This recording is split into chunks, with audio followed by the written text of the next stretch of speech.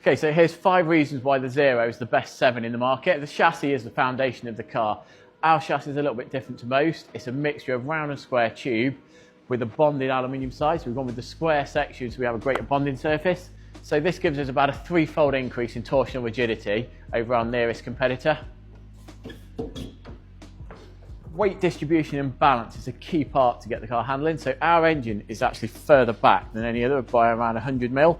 This gives us a true front mid-engine car. This gives us a dead 50-50 weight distribution, which gets our centre of gravity right in the centre of the car. With the Zero, right from day one, we wanted to get the architecture right. Having a much wider track gives you more stability. We wanted long wishbones so you can have more movement in the car without changing camber.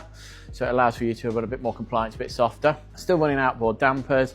Played about a little bit with the angle of the damper so you've got a nice raising rate. And then we've developed our own aluminium upright. This is about a 5.5 kilo weight saving over the original Ford type donor hubs. It's got all the wheel speed sensors in. It's got our own 4-pot caliper, 300mm floating discs. We've then got our own damper that we've developed. Due to the rigidity and everything else in the car, the damper becomes even more important. So going for a full monotube damper, that all the shimming and everything's designed around what we're trying to achieve, makes a huge impact to the performance. All of the Zeros have full independent rear suspension. What we've done on that as well is gone really long wishbones, so they're actually on the same axis as the front wishbone. So we're around about sort of 500mm wishbone. Again, you can have a lot of wheel movement.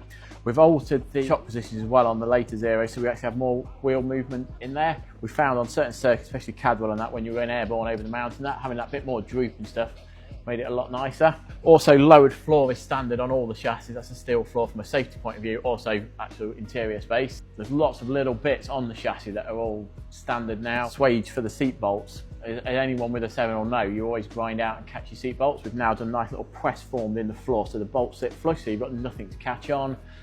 There's all the nice little turn seatbelt bosses and so on that just adds that extra level of quality into the chassis.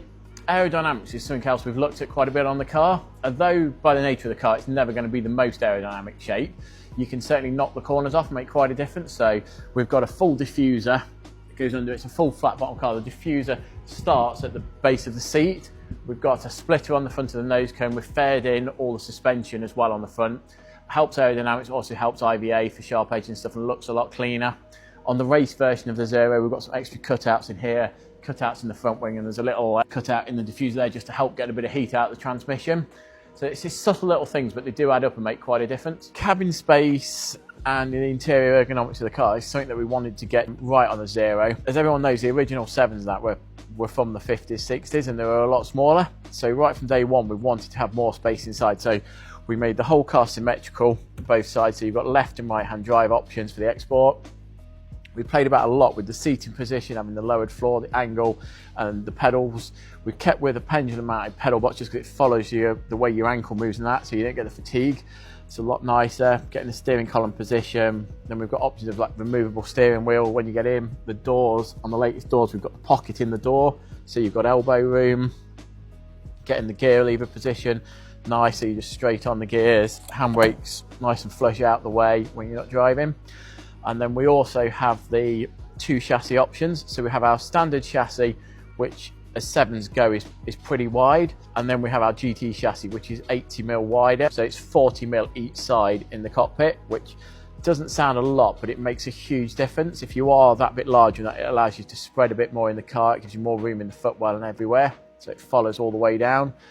Yet on the GT chassis, all the core architecture is identical on the car. So geometry, drivetrain and everything's the same. So mechanically there's no difference, it's just purely the interior space. We really do think we make the best 7 in the market, but we'd like to invite you down to come and try it, have a look around the factory and make your mind up for yourself.